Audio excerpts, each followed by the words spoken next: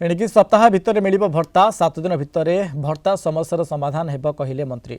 हिताधिकारी सीधासलख भारत सरकार ठारू भर्ता पाइबे। सामाजिक सुरक्षा और भिन्नक्षम सशक्तिकरण मंत्री नित्यानंद गड्डक सूचना। तेज सरकार निर्देश क्रमे स्पर्श पोर्टाल माध्यम अकाउंट जांच चली किछि टेक्निकल एरर होछि।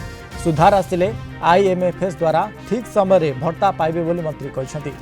राज्य मध्य बाबू एवं पेंशन योजना और एनएसपी रे 36 लाख हिताधिकारी भत्ता अपेक्षा अच्छा।